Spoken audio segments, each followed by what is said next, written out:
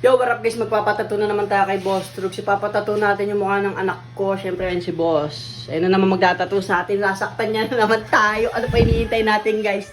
Ang ina, posturo muna tayo guys, oh. Geng geng. Ang ina guys, sisimulan namin yung tatuan na to. Papatuyin lang namin to. Tapos update ko kayo. Let's go motherfucking G. Uumpisa na yung tattoo natin guys. Nakapwesto na rin ako. Tapos inaasikaso na rin ni Boss yung mga kulay ng ating tattoo. Abangan nyo na lang to guys, update ko kayo kung anong mangyayari sa tatuan namin, kung matutuloy ba to o masasaktan ako. Yan guys, sana matapos ko to nang finish talaga, yung wala na talagang babalikan para isahan sakit na lang kasi sobrang sakit pala sa leeg guys. Tingnan nyo, pakinggan nyo yung tunog. Pak, aray ko. Pero solid naman to pag natapos. Worth it yung sakit na nararanasan mo dito pag tinatatuan ka. Sa mga gusto pala magpatato, si Boss Trugs lang yung punta nyo. O kaya, PM nyo ako dito sa page o kaya sa main account ko para ilalakad ko kayo kay Boss. Bibigyan kayo ng discount niyan, depende sa design. Yan guys, hindi naman siya masakit. Kumbaga normal lang talaga na masaktan pag nagpapatato.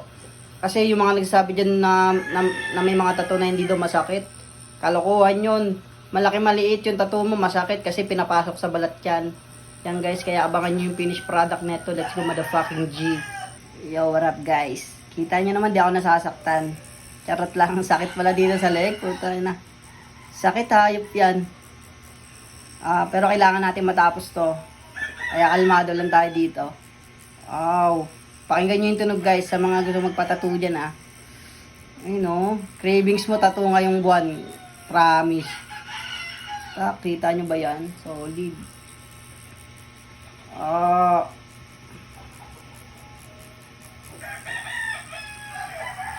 Kaya pa. Tatapos natin to. Huwag lang tatamaan yung buto kasi nanghihina ako. Ang sakit. Hindi ko kaya sa buto.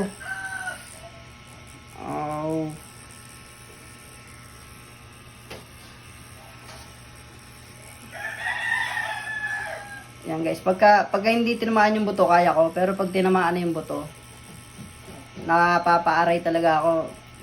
Na ano yung katawan ko, parang pinipigilan ko. Ganun yung ginagawa ko pag nasasaktan ako pag nagpapatato. Kunwari sa tiyan ako nagpatato, tinitigasan ko yung tiyan ko, parang ganon. Pagka sobrang sakit. Ito naman, kaya naman pagka hindi tinamaan yung buto, pero pag tinamaan, wala, hindi talaga kaya. Puta, aray, ayun o. Ay sa inyo, masakit sa buto Wow.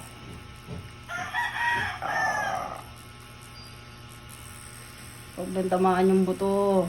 Pero kailangan talaga tamaan guys. Yo, what up guys? Konti na lang gagawin sa atin. Kulay puti na lang. Ayun na guys, sinet up na yung kulay puti. Tanginan, duguan na yung leeg ko. Kita nyo naman pero solid yung ginagawa sa akin ni Boss Trugs. Sa mga gusto magpatattoo dyan guys PM lang kayo sa akin or kay Boss Trugs. Yan White na to guys. Ow. Charot.